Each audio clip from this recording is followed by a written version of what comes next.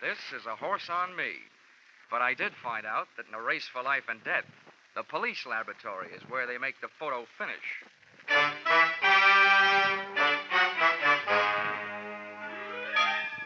This is another in the adventures of America's fabulous freelance insurance investigator, Johnny Dollar. At Insurance Investigation, Johnny Dollar is only an expert. At making out his expense account, he is an absolute genius.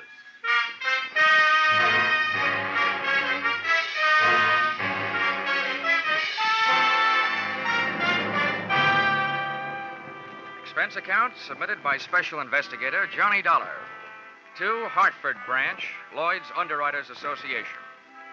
The following is an accounting of my expenditures during investigation of the circumstances threatening the life of the insured, the Racehorse Piledriver.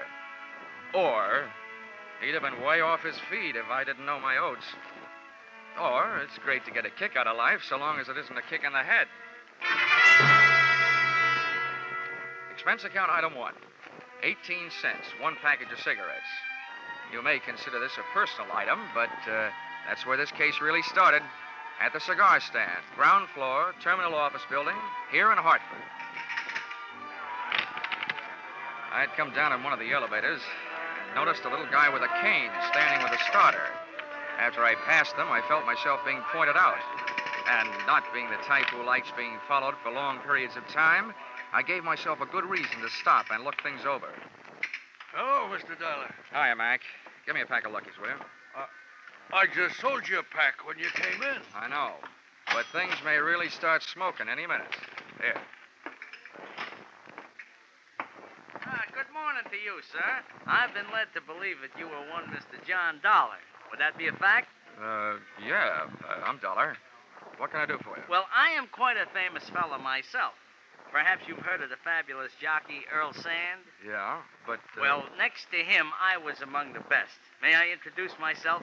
I'm the famous little Nettie Montana, sometimes called the short Johnny Longden. Shake hands. Oh, how do you do? Now, to business. I think I have a way for you to solve my problem and make yourself an honest buck besides. Oh, now, whoa, pony boy. You're wasting your time. I don't bet the horses, and when I do, I don't buy tips from touts. Oh, now, wait a minute, pal. I did not introduce myself for the purpose of being insulted. I will have you know that I, too, do not consort with touts. I will thank you to keep a civil tongue in your head. Oh, I can see this is going to be one of those days. What is your problem, mister? Well, it is a problem best not overheard by people in the lobbies of office buildings. But this much I can tell you. It is about a horse and $50,000 insurance. That is why I came to you. Well, I'd be richer if I'd known more about horses, and poorer if I'd known less about insurance. Maybe in this thing I can break even at least. Come on. I hope you are not too much of a purist to ride in a taxi. Little Nettie looked like he'd stopped growing physically at the age of 14. And every once in a while he talked like his mind had also called it quits at about the same time. The only thing slick about him was his hair. And the only thing sharp, his clothes. Liars always talk too much, and little Nettie wouldn't say a word until we were inside my apartment. So even before he started his pitch, I half believed it.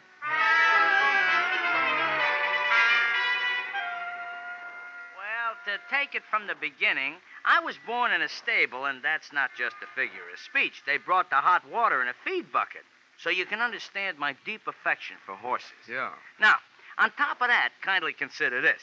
One horse in particular, a very brave steed by the name of Piledriver, has not only made me very famous, but has also made me a very large pile of hay. I have ridden Piledriver to a win position since he was a maiden. Piledriver, huh? Quite a hunk of horse. Uh-huh. You remember. Yeah. Then you might also remember that he was on his way to becoming one of the big money winners of all time. Until I had to go and fall off a livery stable horse while teaching a girl how to ride in Central Park. It busted up my leg, and I might add, my future. To say nothing of Piledrivers. He hasn't won a race since I got grounded. Yeah, well, what's all this got to do with insurance? Mr. Dollar, they are going to murder him. Oh? Can you guess why? I can try. Piledriver is heavily insured. He's also no longer winning races. He is also a man who can't have a family. No good for studs. So if Piledriver should trip and break a leg, the owner would be entitled to shoot him, and he'd still collect the insurance. I know, it's been done. You have hit the horseshoe nail on the head. Mr. Dollar, I have a considerable bundle of money stashed away, and I am willing to devote a considerable lump of it to the purpose of saving Piledriver. Now, maybe you wouldn't understand such a thing, but I happen to love that horse. I understand it, Nettie. Where is he? Well, he is currently stabled at a track named Hiawatha. Oh, by the shores of Gitche Gumee? No, by the shores of Lake Michigan. This is located slightly north of a place called Chicago. 5 telephone calls and a few hundred questions later, I learned that Piledriver was insured by your company. Got the assignment and was on my way.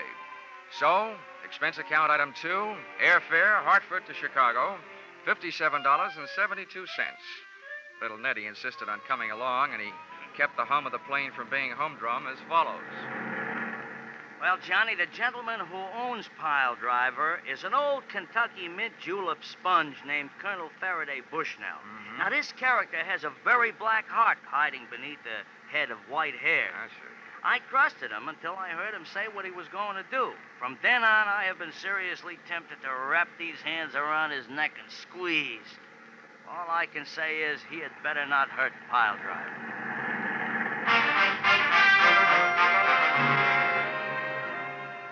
Expense account item 3, $16.40. Cab fare, Chicago Municipal Airport to Hiawatha Racetrack. Arrival time, 10 a.m. To me, a racetrack always smells good. Of horses, green grass, and excitement. Here you are, driver. Keep the change. Well, this, as the saying goes, is it, Mr. Dollar. You will have to take it from here. Okay. Oh, hey, Yeah? one last word of warning. Watch out for his daughter, Lila. Oh, why? Is she dangerous? To a guy like me? No. But to a guy like you, yes.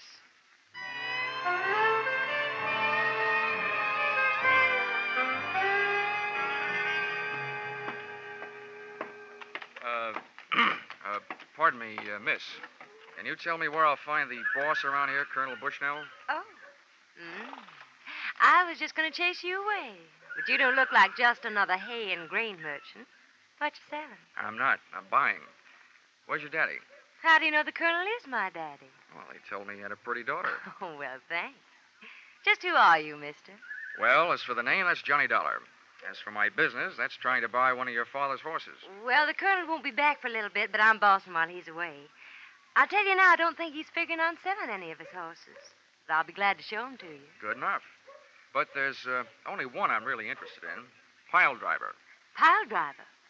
Why, no, Daddy wouldn't sell him. Why not? Why, he's practically one of the family. He put me through the last 2 years of college. Do you mind if I see him anyway? Why, no, not at all. Right over here. Okay. Here, baby. You have company, darling. Meet Mr. Dollar. Hello. Quite a horse. No, he's just a perfect dear, aren't you, darling? Mr. Dollar, why do you want to buy Piledriver? Oh, he's a great horse. Got a great record. Have you been following him lately? Yeah. Oh, I know he hasn't been winning. That ought to make his price cheap and the odds long when he gets back running. I just happen to think I can make a winner out of him again. But his spirit's all gone. How do you think you're going to do that? Well, if I told you, his price might go right back up. Johnny, darling, I can't help it, darling. Hey, Kiss wait a me. minute. Let go. Wait a minute. Please, darling, please. Well, it was great fun. But what was it for? Johnny, you shouldn't have. Right out here in the open. Huh? Oh, Leo. Yeah. What's going on? Now, wait, Leo, honey. This guy ain't your brother. He'll wish he was. Besides, that's no way to kiss brothers. You, get out of here. Look, Buster, if you aren't this girl's father, you'd better start doing some wishing. Oh, you think so, huh? This is the roughest game of post office I ever got mixed up How do you in. like that, please? Johnny! Johnny, what are you doing to him? Hammerheads like this, hammerlocks. Let him get tough now, and I'll bust his arm. Gentlemen, what's going on here? You spectators there, run along now about your business. Leo, I must say I am surprised at you. Fighting in front of a lady. Oh, Daddy. Get him off of me. Here, young man, I demand that you dismount Mr. Colby. Well, sooner or later, I guess I'll have to. Now, listen, Leo. Are you paying close attention? Yeah. After I let you up, if you make one move except away from here, I'll give you a pair of fat ears, okay? Oh, look at the suit. I'm going to have to start wearing knee pads. Come on, Leo, honey. Let's get away from here. I hope you're not blaming me for what happened. I don't know was who to just blame. standing here. Now, see here. I demand an explanation. So do I. I came here to get to the horse business, and I end up in the fight racket. Who is that guy? That gentleman, sir, is Leo Corbett, a brother horse owner. And I might do the favor of warning you that Mr. Corbett is a hard enough man in business dealings. But when it comes to my daughter, he's downright violent. Your daughter was downright impulsive. Maybe so. But Leo is hardly the type to stand by while some other fella kisses his girl. And I saw that happen with my own eyes. Well, don't let it worry you, Colonel. I didn't come here to collect lipstick samples. Well, there's one thing I can be glad about in my encounter with Mr. Leo Corbett. What is that? That he isn't James J. Come on, Colonel. Let's talk business.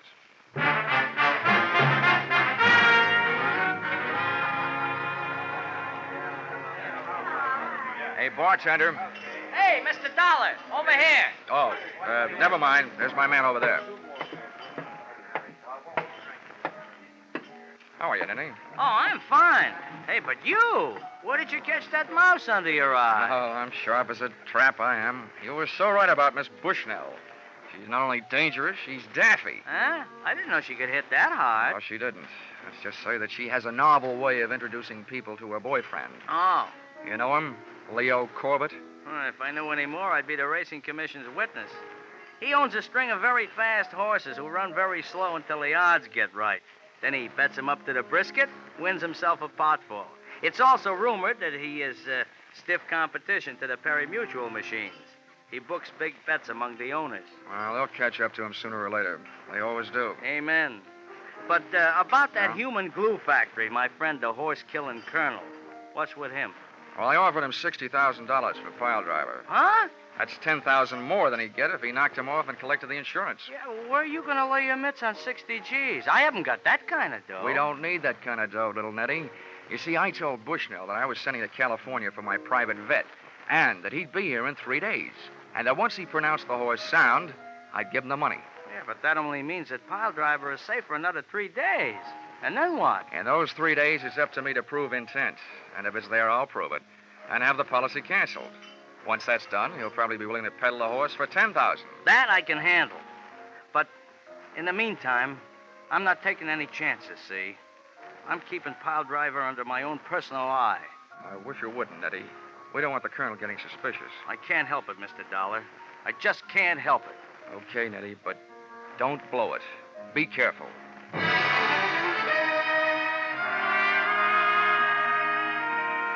Like all racetracks, Hiawatha was surrounded by motor courts and bungalows with rooms for rent. So, expense account item 4, $3, room rent. I set the tin alarm clock for 8 and my ear for any time and went most of the way to sleep.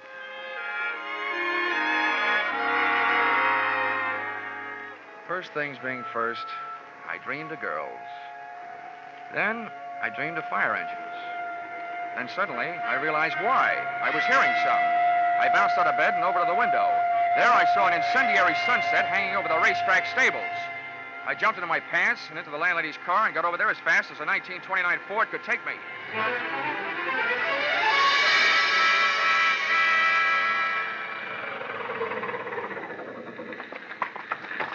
Hey, you. What? How'd it start? I started to break those tables. I don't know how, but the guards were looking for a little guy with a limp who was hanging around. Oh, where'd he go? I didn't see him, but I hear he ran in the fire and didn't come out. Some crank, I guess. I had one particular horse to get to in a hurry, and I hoped one particular guy. The door to Piledriver's stall was closed and padlocked. I crowbarred the stable out of the wood with the pick end of a fire axe. Threw the door open, grabbed a lungful of fresh air, closed my eyes, and slammed into the smoke. I could have been smoked to death, burned to death, or stamped to death, but I had to take the chance.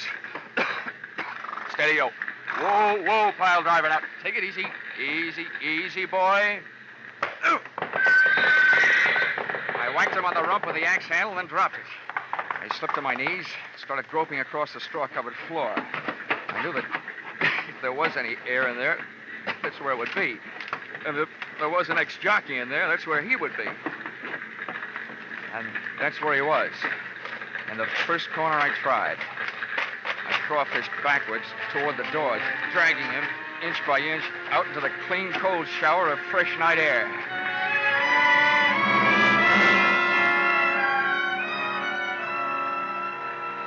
But I could have saved myself the trip. Little Nettie Montana was dead. He'd had a horseshoe hung on his forehead, but not for luck. And all I could think of at the moment was, a jockey's best friend is not always his horse.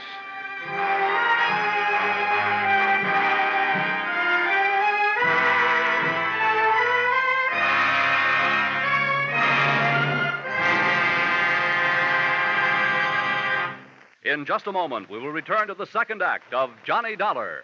But first, may we take just a moment from tonight's Johnny Dollar story to remind you that 3 more fine adventure shows come your way each Saturday night on most of these same CBS stations.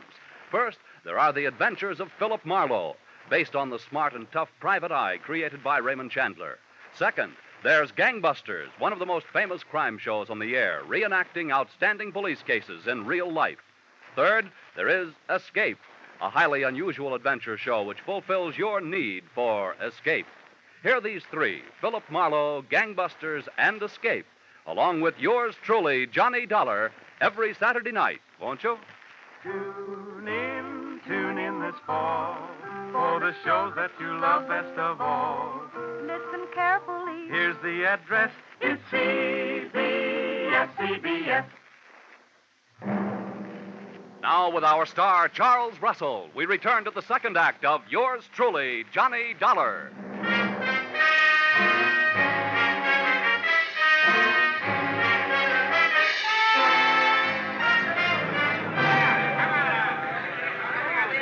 Tough luck.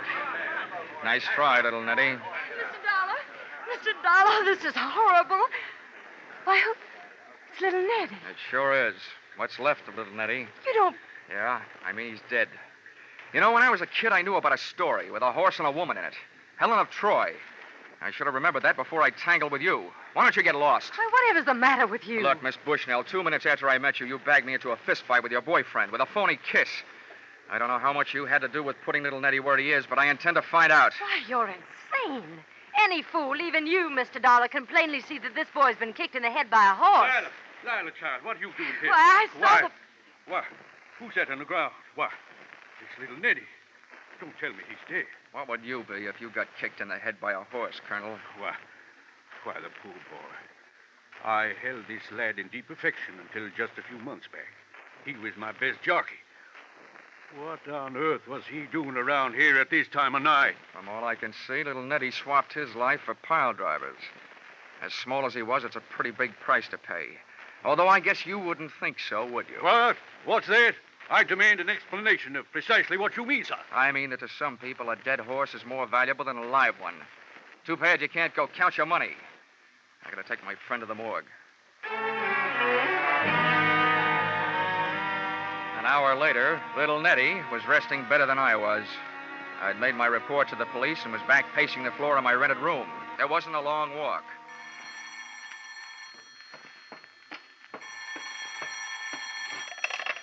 Yeah? This is Lila Bushnell. I gotta see you right away. Why don't you start another fire? That'll draw me. I didn't have anything to do with that fire, but I must talk to you right away. Where can I meet you? Have you got a car? Yes, I'll come any place. Now, pick me up here in 20 minutes. Come alone, and we'll take a little drive to the country. I want it to be just the 3 of us. You and me and the dewdrops.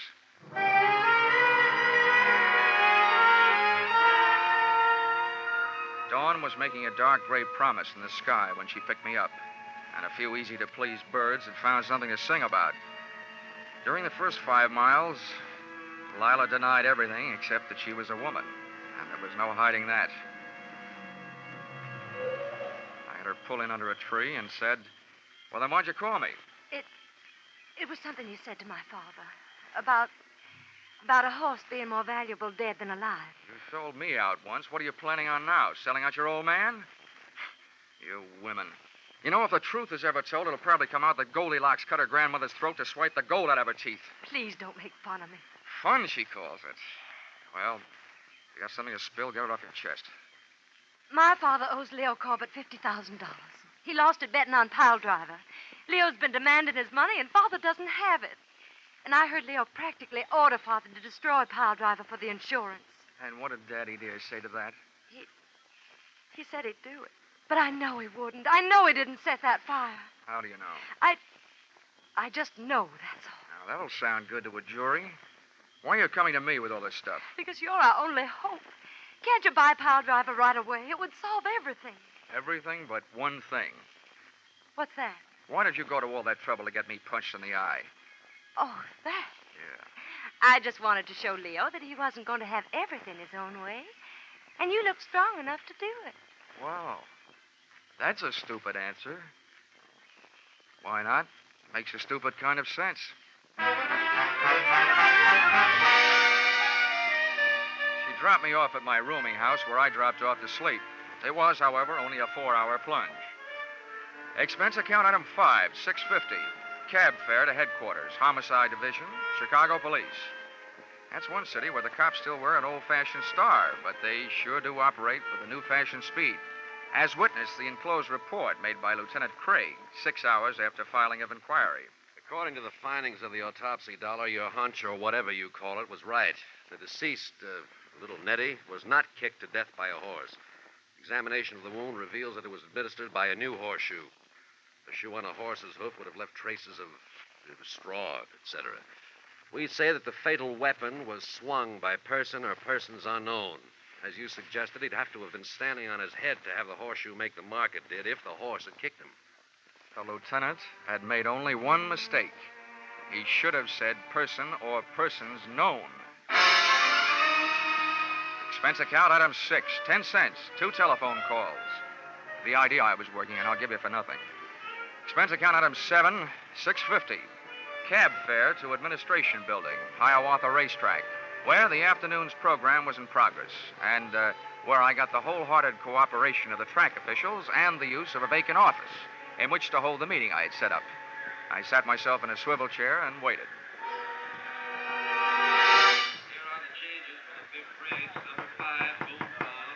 Come in. Mr. Dollar, I can't tell you how happy I am that our little transaction is about to be consummated. If you have the money with you, sir, Piledriver is yours. Now, wait a minute, Colonel. Let's not go consummating too quickly. But, my boy, you indicated over the telephone. I indicated over the phone just this. I said my offer was as good as it ever was. And to tell you the truth, it's not very good. Now, see here. Who's that? Sit down, Colonel. Come in. Why, Leo, what are you doing up here? Anytime anybody shows up to hand over $60,000 to you for Piledriver, I'm going to be here. That's exactly what this smart guy called me up to tell me he's about to do. Now, gentlemen, let's take it easy. Before I do anything, I want to make sure I'm not doing business with a murderer. Sir, I demand an explanation. What about you, Leo? Yeah, so do I. Well, here it is. The Chicago police know 2 things. 1, that last night's fire was set. And 2, that little Nettie was murdered. And that little Nettie got a couple of lungfuls of smoke before he got hit over the head with a horseshoe. That means that whoever hit him over the head sucked in some smoke, too. Well, I've never heard such a pack of nonsense in my life. What are you getting at, wise guy? Just what I told you. I don't want to do business with a murderer, especially $60,000 worth. But I've made it easy on you to prove that you aren't. You see, I got a doctor in the next room with portable X-ray equipment. If you've got fire smoke in your lungs, it'll show up. Now, how about it? Why, this is ridiculous. Why don't you leave the Dick Tracy stuff to the funny papers? Because I don't feel like laughing. Now, once more, how about it? Drat it, I still don't know what this tomfoolery is about, and I'll feel downright silly while I'm doing it, but I'm willing to take my chances. Okay. Leo, you're first. Follow me.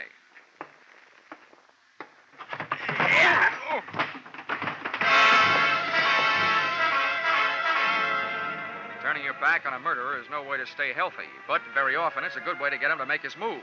This one did, right out the door, knocking me down en route, and the chase was on.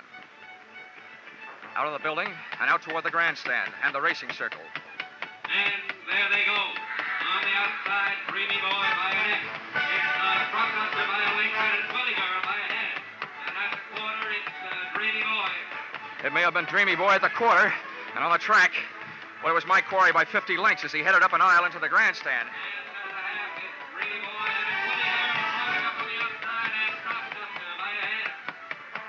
Dreamy Boy was still doing fine down there, and I was moving up here, right up near the top of the grandstand, and onto the ramp leading to the press box section.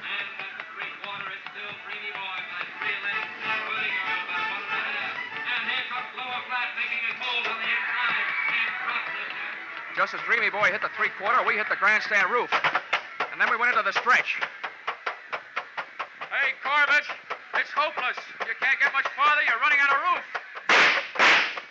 I slid behind a ventilator and showed myself to draw his shots. He was lousy. If he hadn't been, I'd be dictating this with an air-conditioned elbow. Okay, Corbett, you've had it. I've been counting your shots.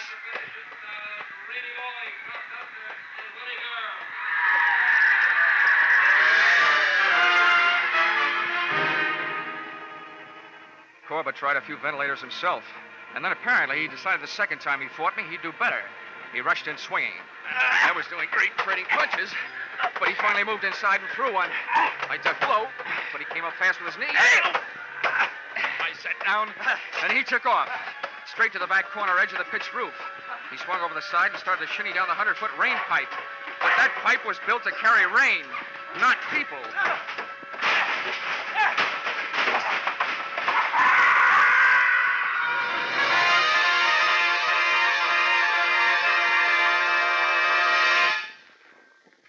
At the finish line of one tiny segment of the human race, it was gambler, arsonist, murderer, Leo Corbett, by a head.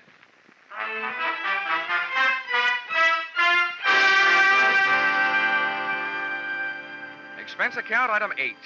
Dinner for two at the Shangri-La in downtown Chicago. $34.40. Dinner itself only took 40 minutes and 8 of the dollars. The rest of the evening and the money was spent listening to the story of her life. A story which would not by any means win any Pulitzer Prize, or for that matter, any husbands. But sometimes when you're interested in a girl like Lila, you have to act like you're interested in what she's saying. Expense account item 9, $57.72. Airfare, Chicago to Hartford. Item 10, $1.50. One book to read on airplane, titled How to Win at the Races. As if I just hadn't found out. Expense account total, $1,449.22. I guess you could call that horse sense. Signed, yours, truly, Johnny Dollar.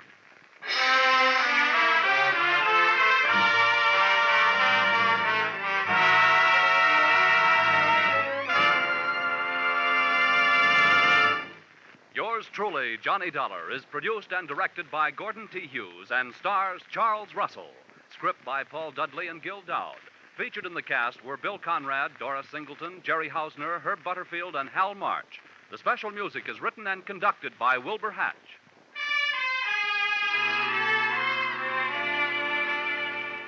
Be sure to be with us at this same time next week when another unusual expense account is handed in by Yours truly, Johnny Dollar.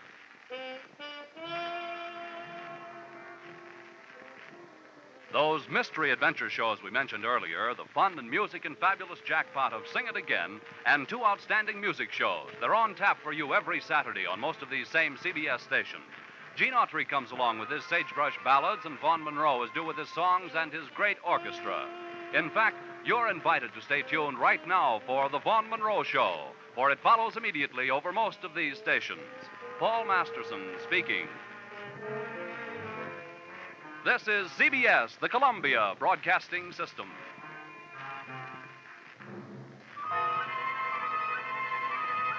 Thank you.